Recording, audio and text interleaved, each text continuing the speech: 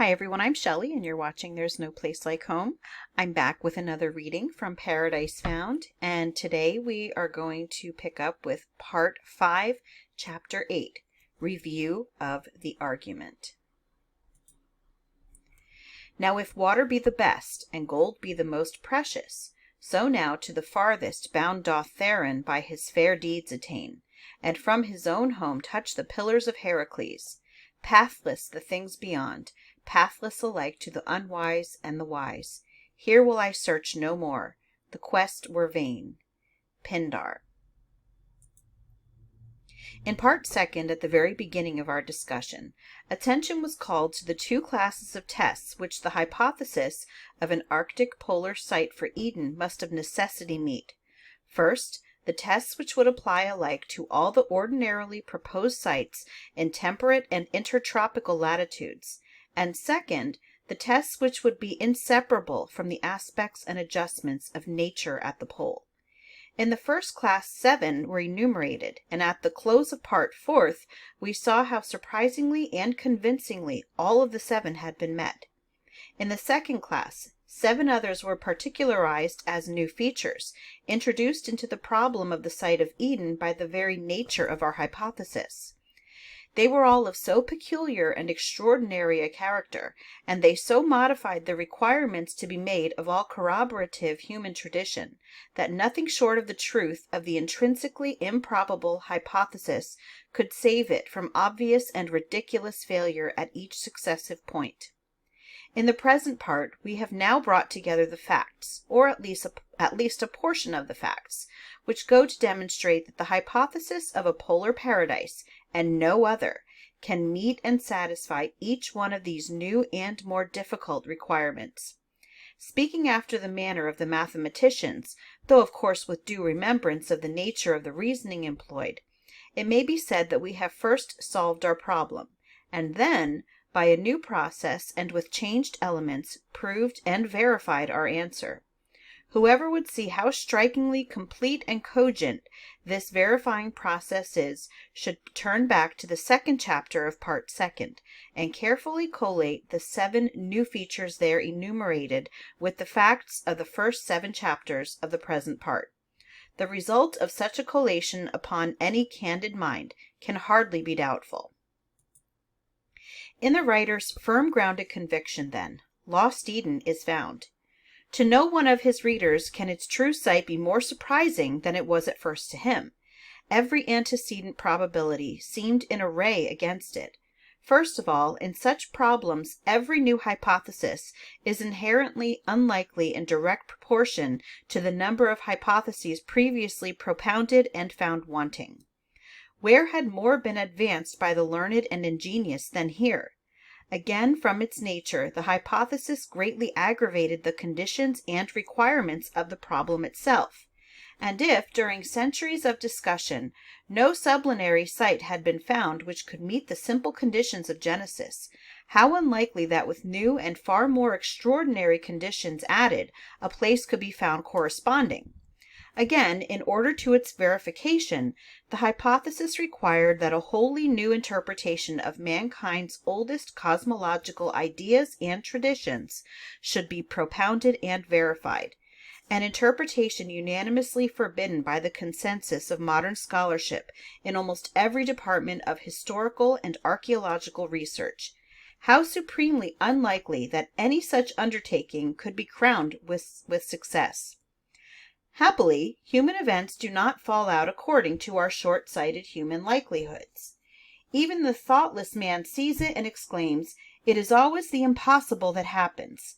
The more reverent soul, who discerns in all history a higher than human agency, and in whose eyes nature itself is supernatural, must least of all be daunted by the unpromising first appearances of any clue to truth.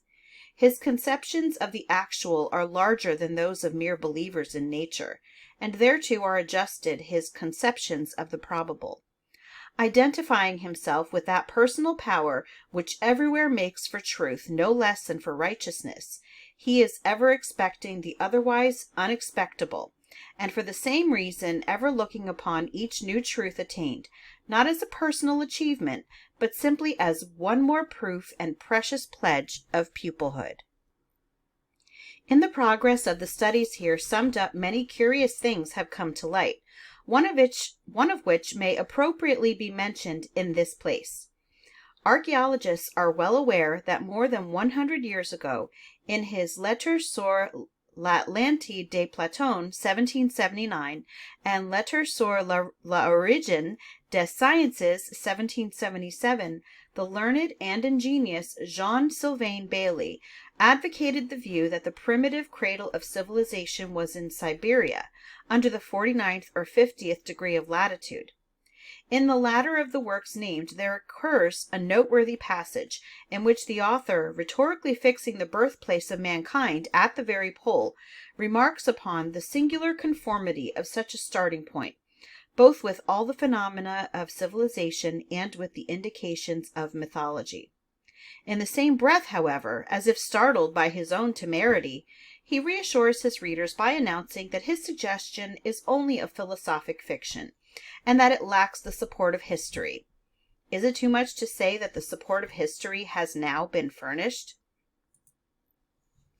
Though our hypothesis needs no further confirmation, it would be perfectly easy to develop a new and striking line of evidence from the light which it throws on the origin of the erroneous preconceptions which in the past have either perpetually suggested false theories or else occasioned the conviction that the problem was insoluble. Thus, after what we have learned as to the posture of worshippers in all ancient nations, it is easy to understand that the primitive garden in the front country must have been in the north. But since in the post-glacial ages this front country was naturally associated with the east, and all investigators, Jewish, Christian, and Mohammedan, were trying to find some oriental region of paradisaic climate, with a central tree and a quadrifurcate river by which the primitive Gan Eden might be identified, we have in this preliminary misconception reason enough for their failure age after age. Again, in reviewing the results of the theologians, we saw that not a few of the more modern had, like Luther, been repelled and disgusted by the apparently senseless and contradictory representations of the earlier fathers and church teachers, in some of which paradise was placed in heaven, and yet apparently on earth, and anon perhaps midway between heaven and earth, as high, in fact, as the moon. In view of such representations, we cannot be surprised that a keen-witted satirist like Samuel Butler, in enumerating the rare accomplishments of Hudibras, should have said, "He knew the seat of paradise, could tell in what degree it lies, and as he was disposed could prove it below the moon, or else above it." Our study of the prehistoric Paradise Mountain, standing upon the earth at the Arctic pole and lifting its head to the orbit of the moon, brings instant light into all this confusion. The mountain is at once in heaven and on earth, and it is interesting to note that late medieval theologians, despite their meager opportunities for historical research, trace this conception to just that apostle who, according to ecclesiastical tradition, as special apostle of India, had best opportunity to learn of the East Aryan Meru, and to report this peculiar and venerable tradition of paradise. Moreover, as we have seen, there were in several Asiatic religions two paradises, a celestial and a terrestrial, connected by a pillar or bridge, up and down which holy souls could pass. When, therefore, an ancient writer is found alluding in one place to paradise as on earth, and in another to paradise as in heaven, the confusion is not in his own mind, but merely in that of his reader. Here, too, a good word can be put in for poor Cosmus Indicopleustes, the man who has had the honor of being more ignorantly and contemptuously abused by modern scientists than any other cosmographer of early Christian ages. Doubtless it is easy to ridicule his rude representation of the universe, but who will assure us that 13 or 14 centuries hence it may not be equally easy to ridicule the speculations of Herschel as to the form of the cosmic whole? However this may be, the foregoing chapters have given a new significance to the thought of the monk who sailed to India, showing us that his mountain to the north of the known countries of his day was none other than Mount Meru, the legendary heaven-supporting culmination of the northern hemisphere. His location of Eden, so far as the verdict of science is yet rendered, is at least as well supported as Hacker's in lost Lemuria, or Unger's in the mid-Atlantic Atlantis. Most remarkable of all, just north of the Arctic Ocean boundary of Europe, not in the west, as sometimes falsely represented, he locates the land where men dwelt before the flood.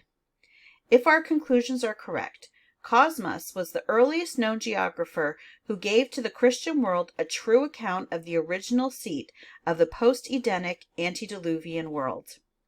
Thus those who have so long made him their pet illustration of the ignorance and unscientific spirit of Christian teaching may yet see occasion to revise their judgment and to transform a portion of their ridicule into praise. The same principles which explain the strange world of Cosmos explain also the strange conception of the earth which we found in the letters of Columbus.